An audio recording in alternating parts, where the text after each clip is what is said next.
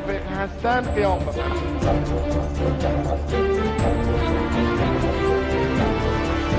ایجاد یک تمدن نوین اسلامی، این بگیم هدف ملت ایران و هدف انقلاب اسلامی است.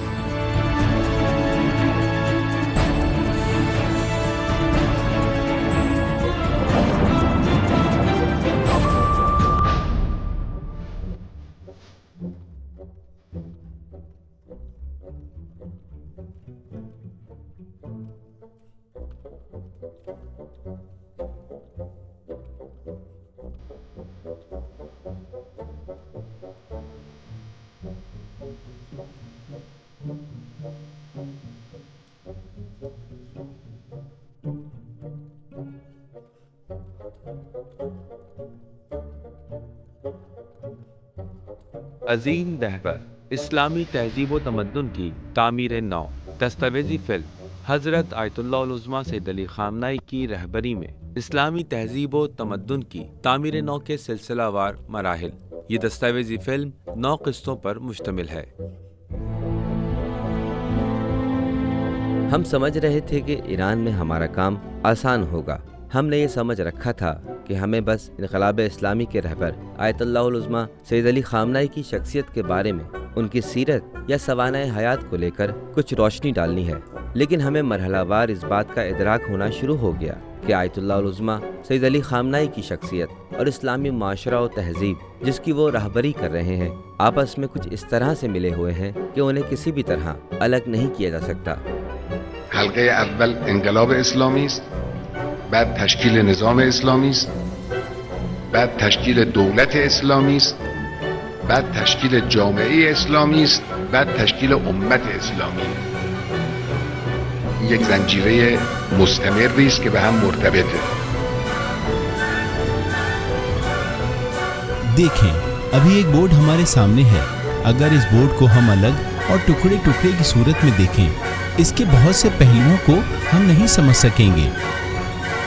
ہم اس بورڈ کو اسی وقت سمجھ سکیں گے جب ہم ایک مناسب فاصلے سے اس کو دیکھیں۔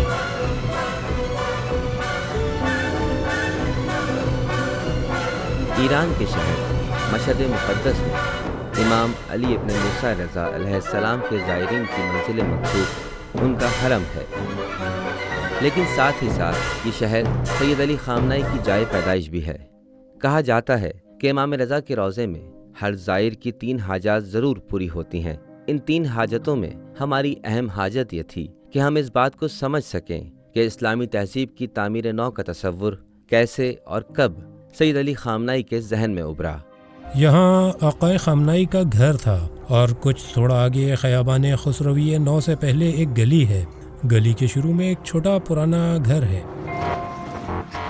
وہ ان کے باپ کا گھر ہے، لکھا ہے بیت مرحوم سید جواد خامنہئی۔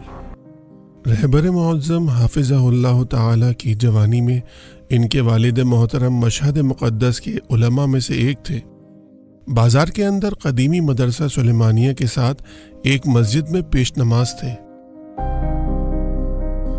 1940 میں جب سید علی خامنہئی کی عمر ابھی صرف 10 سال تھی، آپ نے علماء کا لباس، عمامہ اور عبا قبا زیب تن کر لیا تھا، تو اسی وقت سے ہی انہوں نے اسلامی تہذیب اور اس کے اعلیٰ اقدار کو اپنانا شروع کر دیا تھا۔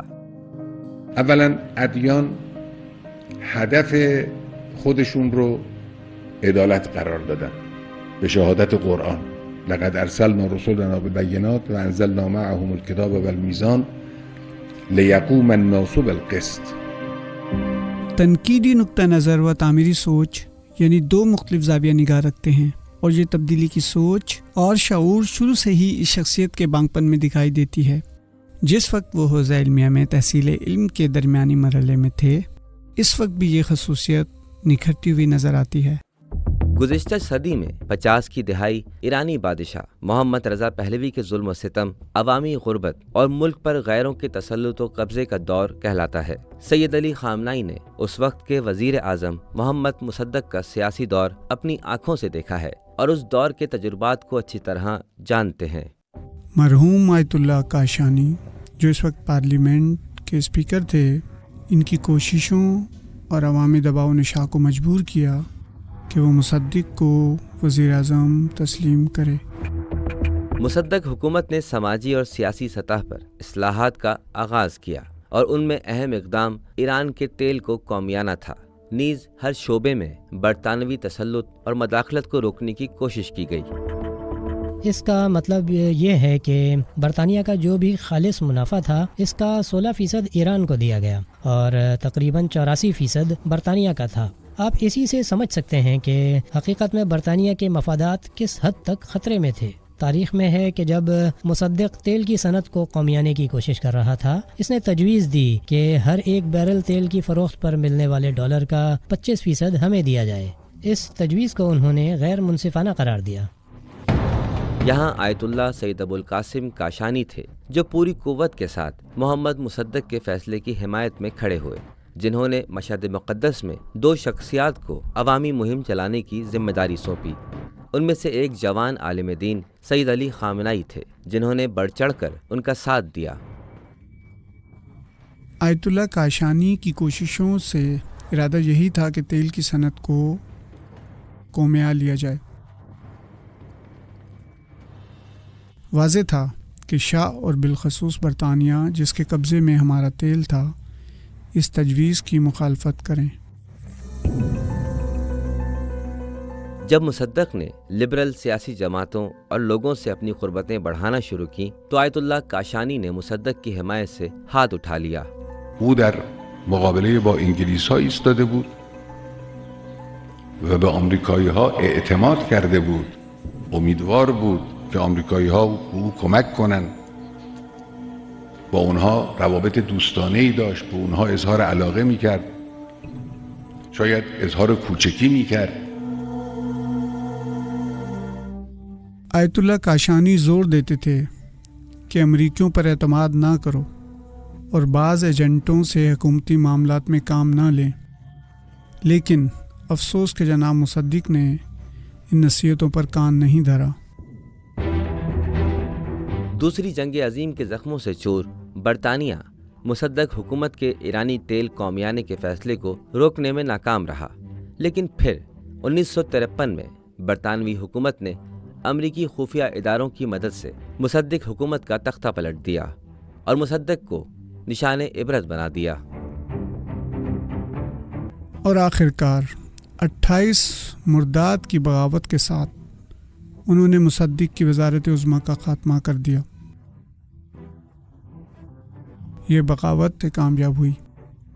اس بغاوت کی دستاویزات کو امریکی اور برطانوی حکام نے بغاوت کے 30 سال بعد شائع کر دیا۔ مصدق کے خلاف امریکی انٹیلیجنس کی کامیابی نے ایران کو ایک برطانوی موکل سے امریکی گاہک بنا ڈالا۔ اس طرح ایران خطے میں ایک امریکی اڈے میں تبدیل ہو گیا۔ عنصر اصلی کودتا در تهران یک فرد آمریکایی بود.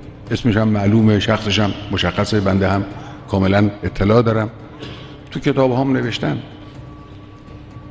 بعد که کودتا رو به ثمر رسوندند و شاه رو که فرار کرده بود برگردوندن اینجا، شدن همه کاره کشور، یعنی زمام اختیار کشور رو در دست گرفتن. جنرل زاہدی نئے وزیر اعظم اب ایک ہیرو کے طور پر ابھر رہے ہیں۔ مصدق کی نیم قومی حکومت کی ناکامی کا مشاہدہ کرنے کے ساتھ ساتھ جوان عالم دین سید علی خامنائی مسلم ممالک میں ہونے والی تبدیلیوں کا بھی بغور جائزہ لے رہے تھے۔ فلسطین پر صہیونی یہودیوں کا قبضہ، مسلم ممالک میں بدعنوان حکمرانوں کے ذریعے غیروں کا تسلط اور خطے میں سامراج مخالف انقلابی تحریکیں بھی ان کی نگاہوں میں تھیں۔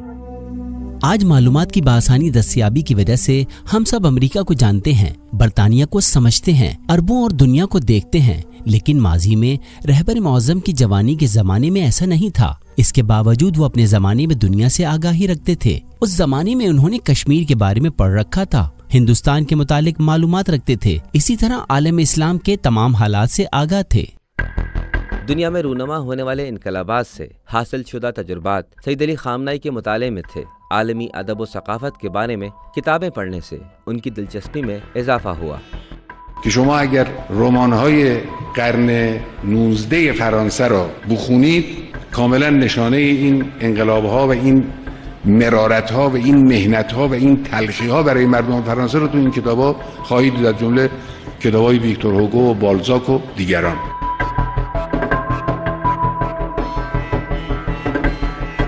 در شوروی یه جور دیگه، در شوروی اون هدفهایی که ترسیم شده بود که هدفهای اون عقیدتی بود، ایدئولوژیک بود، اون تحقق پیدا نکرد. اصلا حکومت شوروی حکومت مردمی است، حکومت توده‌ای است، اصلا سوسیالیست، اون حکومت توده‌ای مردمی متکی به حرکت مردم و متعهد به نیازهای مردم. این از همون سالهای اول نقض شد، یعنی بعد از تقریبا 5-6 سال بعد از 1917 که سال انقلاب شوروی است، 5-6 سالی که گذشته بود راه عوض شد. مردم از محاسبات دولت به معنای حقیقی کلمه حذف شدن. ایران اور خطے میں رونما ہونے والے واقعات اور عالمی انقلابات کے تجربات نے سید علی خامنہ ای کے اس یقین کو مزید پختہ کر دیا کہ اسلام ہی وہ واحد ضمانت ہے جو اسلامی انقلاب کو اپنے مقصد سے دور نہیں ہونے دے گی. یکی از هدفهای مهمی که در این انقلاب ها باید مورد توجه قرار بگیرد این است که اسلام از محوریت خارج نشه. اسلام محور باشد، فکر اسلام، شریعت اسلام باید محور باشد.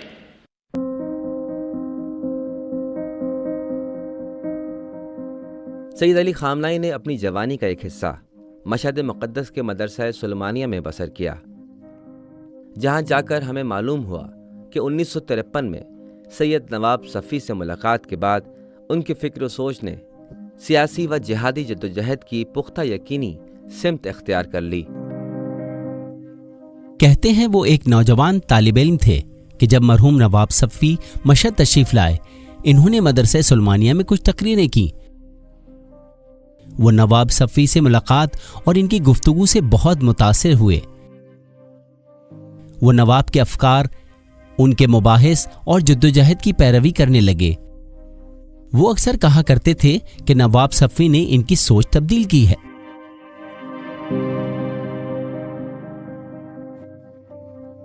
رہبر معظم ہمیشہ عزت و کرامت کے مسئلے پر خاص توجہ دیا کرتے تھے. جس وقت آپ نواب صفی سے ملے تو آپ نے محسوس کیا نواب صفی انسانی عزت و کرامت کے قائل ہیں اور اس پر یقین رکھتے ہیں. وہ معاشرے کو ذلت کے سامنے تسلیم ہونے سے نکال کر عزت و کرامت کی جانب لے جانا چاہتے ہیں. سید نواب صفی کی شخصیت، ان کی فکر و سوچ اور عملی منصوبوں نے سید علی خامنہ ای کے وجود میں اسلامی بیداری کی چنگاری روشن کر دی. سچ میں نواب روحانی طور پر مضبوط تھے. ہم نے انہیں نہیں دیکھا، لیکن جب تاریخ میں پڑھتے ہیں وہ بے نظیر تھے. وہ اسلامی حکومت کے قیام پر گہری توجہ رکھتے تھے. نواب صفی نے اسلامی ریاست کے بنیادی قوانین لکھے جو اس وقت کے افکار و نظریات کو مد نظر رکھتے ہوئے آج بھی ایک جدید قانون سمجھا جاتا ہے. اس میں دلچسپ چیزیں ہیں.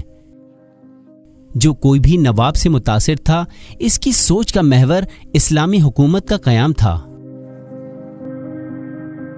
به قدری دیدار او و حرف زدن او و اخلاق او و کلماتی که گفت و مخاطب قرار دادن یکی که طلابی که با اونها روبرو میشد در من و در حاضرین اثر گذاشت که وقتی نواب رفت از مدرسه بیرون مثل کسی که از پای یک فیلم پرهیجان 3-4 ساعتی ها بیاد بیرون، دنیای بیرون براش بیگانه است.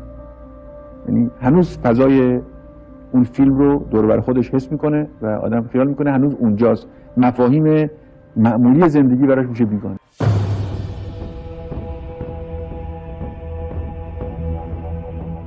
سن 1955 میں شاہ ایران کی حکومت نے نواب صفی کی قیادت میں چلنے والی تنظیم فدائیان اسلام پر اس وقت کے وزیر اعظم حسین اعلیٰ کو قتل کرنے کی سازش کا الزام لگایا اور نواب صفی کو پھانسی دینے کا حکم جاری کر دیا۔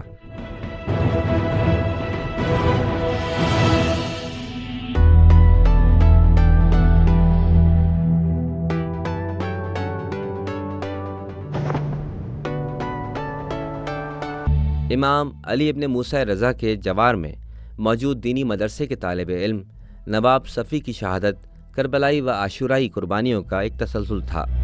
در مقابله با حرکت انحرافی فوق‌العاده خطرناک اون روز امام حسین علیه السلام می ایستد، این می شود یک درس که خود اون بزرگوار هم همین رو تکرار کردن، یعنی مستند کردن کار خودشون را به دستور اسلام.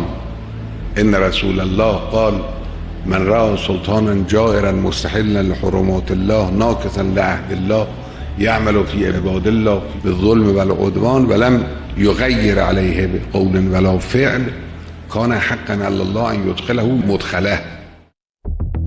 جوان عالم دین سید علی خامنائی اس بات کو اچھی طرح سمجھ گئے کہ اب صرف اسلامی انقلاب ہی اس شاہ ایران کی فاسد حکومت اور مغرب سے وابستہ ظالمانہ نظام کا خاتمہ کر سکتا ہے۔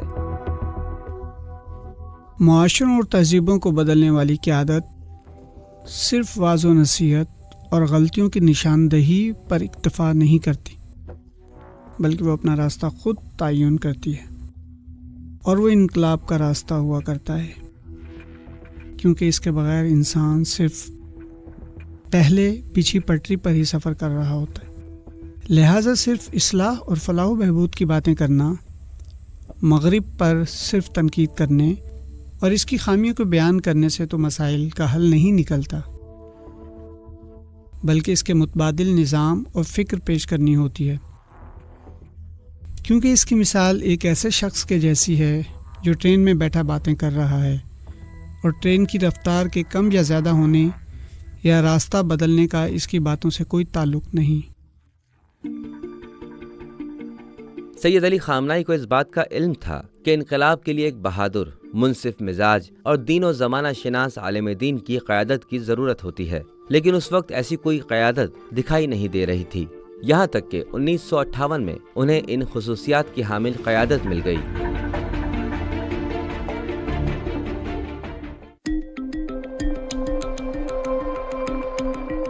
ہم نے مشہد مقدس کو خدا حافظ کہا، جیسا کہ 1958 میں جوان عالم دین سید علی خامنائی نے اعلیٰ دینی تعلیم کی خاطر مشہد چھوڑ کر قم المقدس کا رخ اختیار کیا۔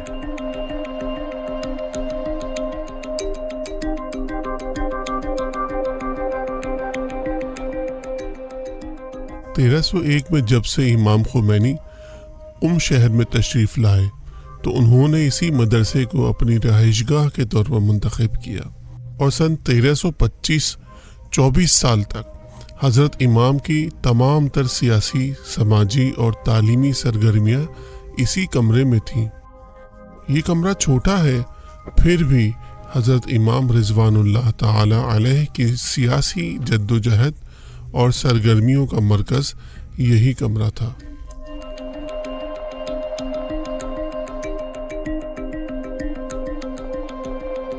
مختلف ادوار میں کئی قسم کی جو تحریکیں ایران میں چلتی رہیں، حوزہ علمیہ اس وقت تک ان تحریکوں کے بارے میں کافی اجنبیت کا شکار تھا۔ بہت ہی کم لوگ سیاسی شعور رکھتے تھے۔ کہنے کو تو ایران کے علماء نے کافی تحریکیں چلائی تھیں، لیکن بعض علماء نے اس قسم کی تحریکوں کی بنیاد رکھی تھی جن میں کوئی بنیادی منصوبہ موجود نہیں تھا۔ وقتی ضرورت کے تحت تنظیمیں بنائی گئی تھیں، لیکن حوزہ علمیہ کی دنیا ان تحریکوں سے کبھی آشنا نہیں رہی تھی۔ حضرت امام نے حوزہ علمیہ میں تدریس شروع کی تو طالب علموں کی کثیر تعداد ان کے دروس میں شرکت کرنے لگی۔ امام خمینی کی شخصیت اور اصلاحی سوچ نے سید علی خامنائی کو اپنی جانب کھینچ لیا، اور اب وہ امام خمینی کے ممتاز شاگردوں میں شامل ہو چکے تھے، اور یہی وہ وقت تھا کہ جوان عالم دین سید علی خامنائی کی سوچ میں اسلامی تہذیب و تمدن کا جامع اور مکمل تصور پروان چڑھنا شروع ہوا۔ انہیں امام خمینی کی ذات میں ایسا قائد ملا جس کی عرفانی شخصیت عوام کی سطح زندگی کے بارے میں فکر مند تھی۔ وہ عوام کو فکری و معاشی غلامی سے نجات دلانا چاہتے تھے۔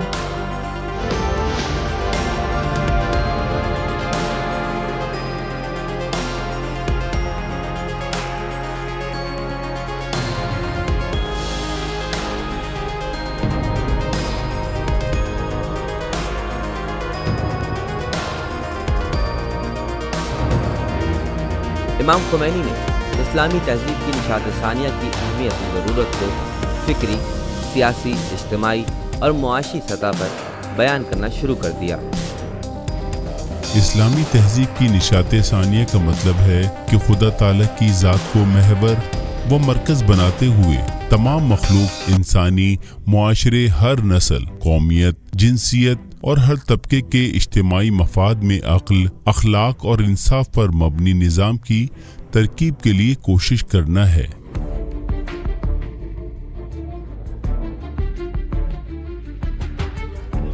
امام خمینی نے گزشتہ صدی میں 40 کی دہائی سے اسلامی تہذیب کے احیاء کی راہ ہموار کی، اسلامی شرعی قوانین پر مبنی ایک مخصوص طرز حکمرانی کا خاکہ پیش کیا۔ بنابراین سابقه فقه سیاسی در شیعه سابقه عریق است، لکن یک چیز جدید است و اون نظام سازی بر اساس این فقه است که این رو امام بزرگوار ما انجام داد. قبل از ایشون کسی دیگری از این ملتقطات فقهی در ابواب مختلف یک نظام به وجود نیاورده بود. امام خمینی کا معاشرے میں موجود علماء سے کہنا تھا کہ اسلامی تہذیب کی تعمیر نو اور نشاط ثانیہ کے لیے علماء کرام کا جو کردار مغربی سامراجیت سے پہلے تھا اسے دوبارہ زندہ کرنے کی ضرورت ہے۔ حوزہ کی صورتحال میں تبدیلی اور حوزہ والوں کو جو کام کرنے چاہیے، اس کے بارے میں امام خمینی کا نظریہ ان تجربات پر مبنی تھا جو انہوں نے اپنی تعلیم اور زندگی کے دوران پیش آنے والے مختلف سیاسی مسائل سے حاصل کیے تھے۔ نیز انہوں نے تشکیل حکومت اور حکومت چلانے کا نظریہ اہل بیت علیہم السلام کی مختلف روایات کے خلاصے سے حاصل کیا تھا۔ حوزہ کے تاریخی پس منظر سے یہ معلوم ہوتا ہے کہ علماء دین اور مراجع عظام صرف علمی اور فقہی مسائل کو ہی نہیں دیکھتے تھے، اور جہاں بھی دین، عوام اور شیعت کو علماء کی ضرورت پڑی وہاں علماء نے فتویٰ جاری کیا اور میدان میں موجود رہے۔ تمباکو کے حرام ہونے کا فتویٰ اس کی ایک روشن مثال ہے۔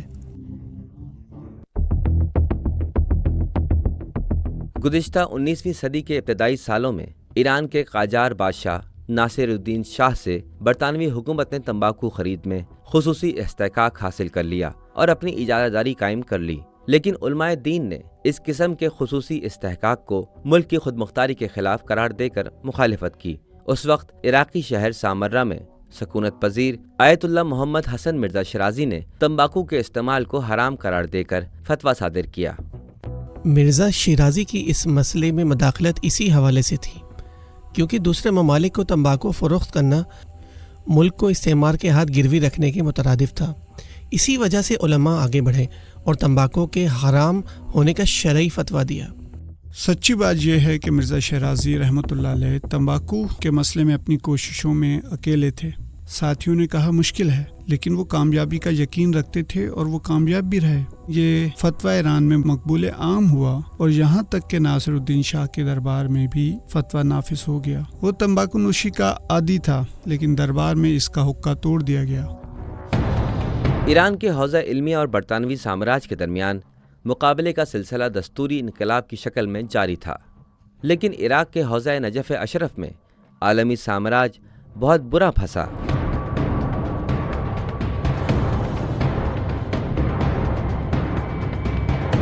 حوزہ علمیہ نجف اشرف نے بھی عراق میں برطانوی سامراج کے خلاف 20 انقلاب کی قیادت سنبھال لی۔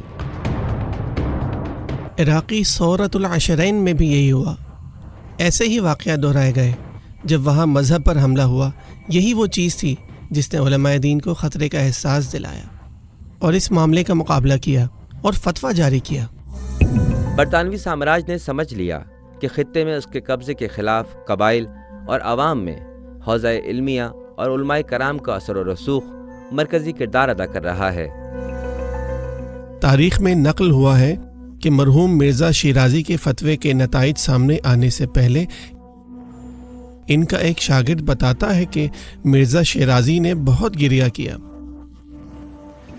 شاگرد کہتا ہے کہ میں نے پوچھا، جناب مرزا آپ کیوں گریہ کر رہے ہیں؟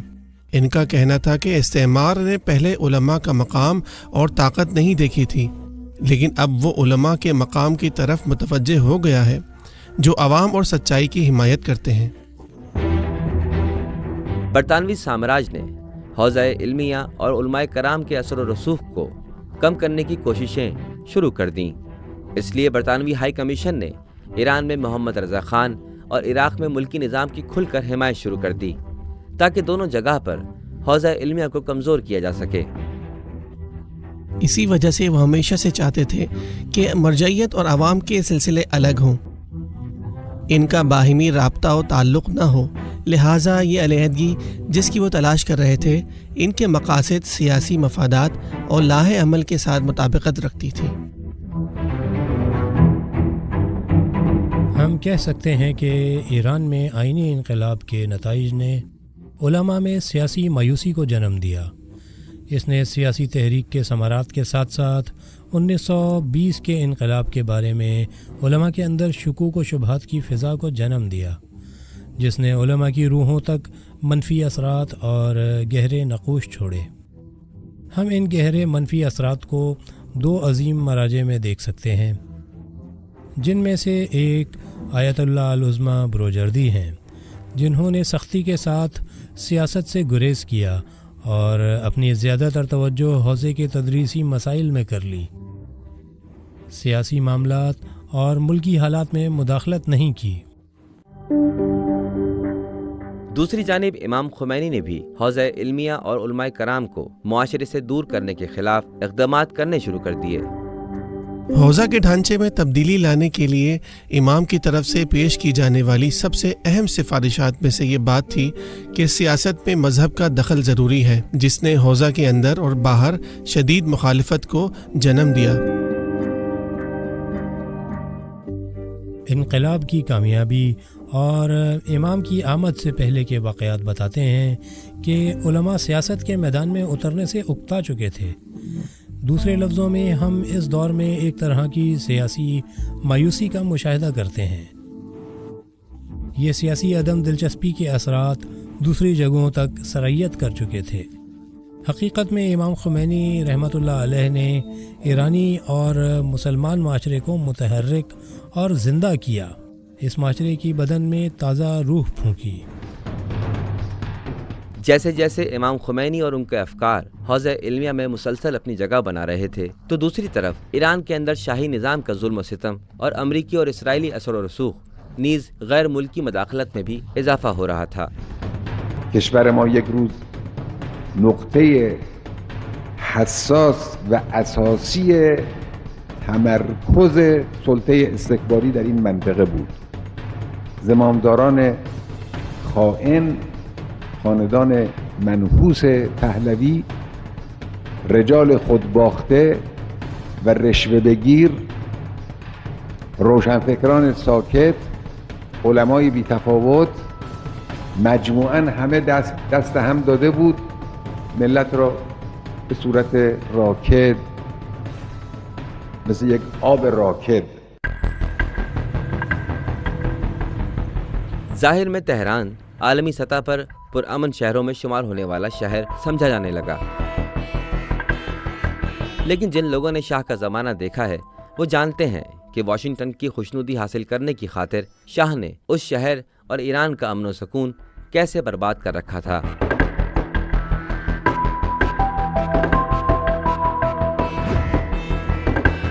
اب ہم ٹارچر سینٹر کے مرکزی صحن میں ہیں، جو 4 منزلوں کے ساتھ گول شکل میں بنایا گیا ہے۔ ہم ایک ماڈل کے ساتھ کھڑے ہیں جو ہمیں شکنجے کے ایک منظر کو دکھا رہا ہے، اور یہ اذیت دینے کے طریقوں میں سے ایک ہے۔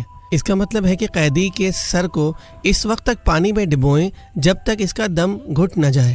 یہ ظلم ان دنوں ہمارے ساتھیوں کے ساتھ روا رکھا جاتا تھا۔ امریکہ نے ایران کو خطے میں اپنے ترقی یافتہ جدید ہتھیاروں سے لیس ایک عسکری اڈے میں بدل دیا۔ اس لیے اس نے بڑی تعداد میں امریکی عسکری ماہرین کی مدد سے شاہ کو جدید جنگی اسلحہ رکھنے اور مضبوط و بڑی فوج تشکیل دینے میں مدد کی۔ ریاست ہائے متحدہ امریکہ کی فوج پیش کرتی ہے بڑی تصویر، مسلح افواج اور امریکی عوام کے لیے تیار کردہ ایک سرکاری رپورٹ۔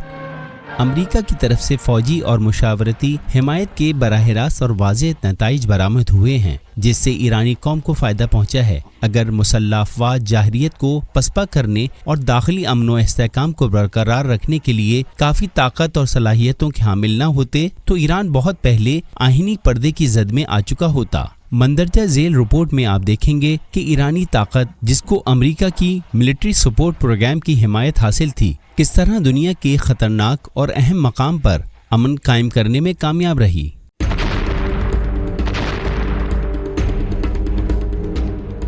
اس لیے کہ شاہ کی حکومت ایک ایسی حکومت تھی جسے خود انہوں نے بنایا تھا۔ ان کی کٹ پتلی حکومت تھی۔ امریکی اور انگریز یہاں حکومت مقرر کرتے تھے، وزیر اعظم اور نمائندے تعین کرتے تھے۔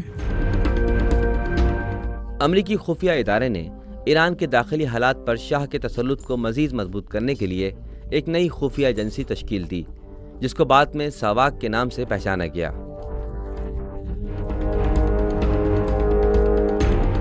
حکومت کے متعدد ملازمین نے تشدد کے طریقوں کی تربیت کے لیے اسرائیل اور امریکہ کا سفر کیا تاکہ وہ انہیں اس مرکز میں بھی نافذ کر سکیں۔ شاہ ایران کی امریکہ نوازی نے ایران اور اسرائیل کے درمیان موجود تعلقات کے نئے ابواب کھول دیے، جو مختلف میدانوں، خاص کر عسکری، انٹیلیجنس، معیشت اور سیاست کے میدان میں گہرے اور مضبوط ہوتے چلے گئے۔ میرے خیال میں ہمیں اسرائیل پر کچھ توجہ دینی چاہیے، کیونکہ وہ ایران کا نام بہت سے لوگوں تک پہنچاتے ہیں۔ ریاست ہائے متحدہ امریکہ کے صدر کی دلچسپی کیوں ہے؟ کیونکہ وہ زیادہ مضبوط ہیں۔ کس طرح؟ وہ بہت سی چیزوں کو کنٹرول کرتے ہیں۔ وہ کیا کنٹرول کرتے ہیں؟ اخبارات، میڈیا، بینک، معیشت۔ اس وقت ایران میں اسرائیلی برادری ہماری حکومت کے ساتھ مضبوط تعلقات کی وجہ سے مکمل تحفظ کے احساس کے ساتھ رہ رہی تھی۔ ہم موساد کے ایجنٹ اس کی مدد کر رہے تھے۔ ہم نے ساواک کے ساتھ مکمل تعاون کیا، جس نے اس ملک میں ہر چیز کو کنٹرول کیا۔ اسرائیل کے ساتھ تعاون زبردست تھا۔ ہر ایرانی جنرل نے اسرائیل کا دورہ کیا اور ہم نے بھی ان کا دورہ کیا۔ اسرائیلی چیف آف اسٹاف نے ایران کا دورہ کیا اور اسی طرح فضائیہ کے کمانڈر اور بحریہ کے کمانڈر نے بھی دورہ کیا۔ مختلف شعبوں کے افسروں نے بھی ایسا ہی کیا اور ہزاروں ایرانی افسران ہمارے پاس آیا کرتے تھے۔ شاہ کی خارجہ اور علاقائی پالیسی سے ظاہر ہوتا تھا کہ وہ صہیونیت اور امریکہ سے وابستہ ہے، جبکہ ایک ایرانی مسلمان نوجوان کی مرضی اس پالیسی سے کوسوں دور تھی۔ وہ مسلمان عوام کے ساتھ ہے، وہ مسئلہ فلسطین کی حمایت میں تھی اور وہ خطے میں سامراجی تسلط کے خلاف تھی، تاہم ایران کا شاہ غلامانہ پالیسی پر عمل پیرا تھا۔ امام خمینی نے اسرائیلی حکومت اور امریکہ کے ساتھ شاہ کے تعلقات کو آڑے ہاتھوں لیا اور اس پر کڑی تنقید شروع کر دی۔ امام نے امریکہ اور اسرائیل کے خلاف سخت موقف اختیار کیا اور یہ موقف عوام کے لیے ایک مضبوط ہمت کا باعث بنا، جنہوں نے ایران میں بادشاہت کا مقابلہ کرنے کے لیے زیادہ جرأت اور ہمت کا مظاہرہ کیا۔ 1962 میں شاہ نے ملک میں صوبائی انتخابات کے موقع پر ایک ایسے نئے قانون کا اعلان کر دیا جس کے تحت اراکین پارلیمنٹ آئندہ اپنے عہدے کا حلف لیتے وقت قرآن مجید پر حلف نہیں لیں گے۔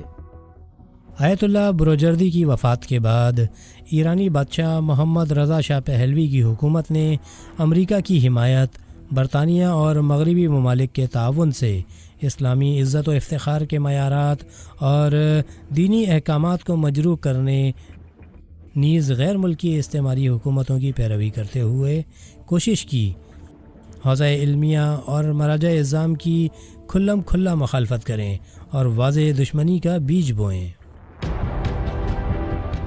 امام خمینی کی آواز پر لبیک کہتے ہوئے عوام کی کثیر تعداد سڑکوں پر نکل آئی۔ عوامی شدید احتجاج کو دیکھتے ہوئے شاہ کو صوبائی انتخابات کے دوران بیان کردہ نئے قانون کو فوراً واپس لینا پڑا۔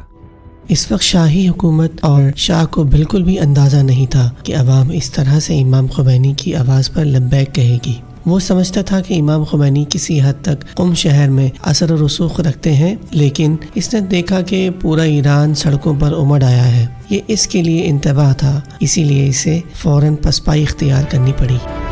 1962 کے ملک گیر احتجاجی مظاہروں نے شاہ ایران محمد رضا پہلوی اور اس کے حمایتی امریکیوں کو سمجھا دیا کہ ایرانی عوام شاہ اور اس کے امریکی حمایتیوں کے کس قدر خلاف ہے۔ اس وقت امام خمینی کے انتہائی مخلص، باوفا اور قریبی شاگرد ہی تھے جو سڑکوں پر ان عوامی مظاہروں کی قیادت کر رہے تھے۔ حوزہ علم قم ایران میں اسلامی انقلاب کا مرکز اور قوہ محرکہ تھا۔ یہاں مدرسہ فیضیہ سے انقلاب کے سورج کی ایسی شعائیں پھوٹیں کہ جنہیں امام خمینی اور دیگر قائدین نے عظیم اسلامی تہذیب کی نشاط ثانیہ کا پہلا اور ضروری مرحلہ قرار دیا۔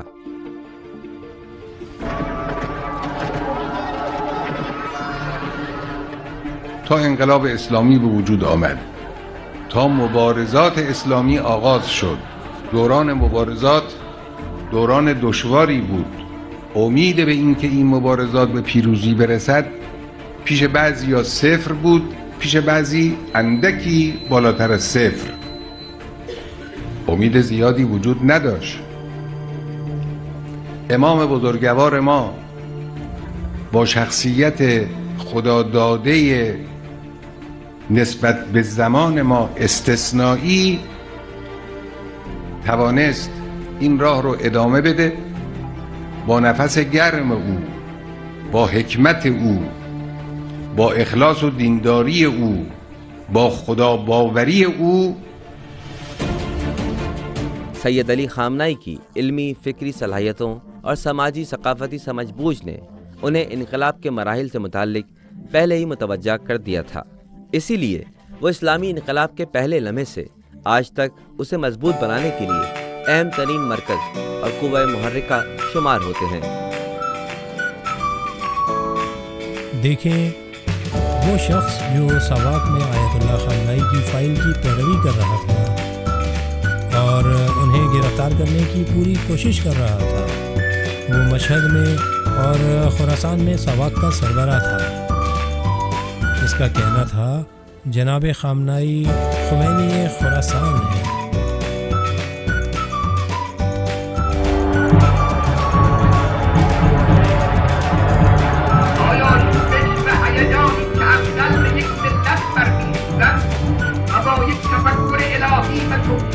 اداره می شود ممکن است خواست بشود ابدا، به دلیل اون که به شکوفا و انقلاب و نبوتها خواست، به دلیل اون که انبیاء خدا هرگز عقب ننشستند و یاران انبیا به مبارزه و ستیزه خدا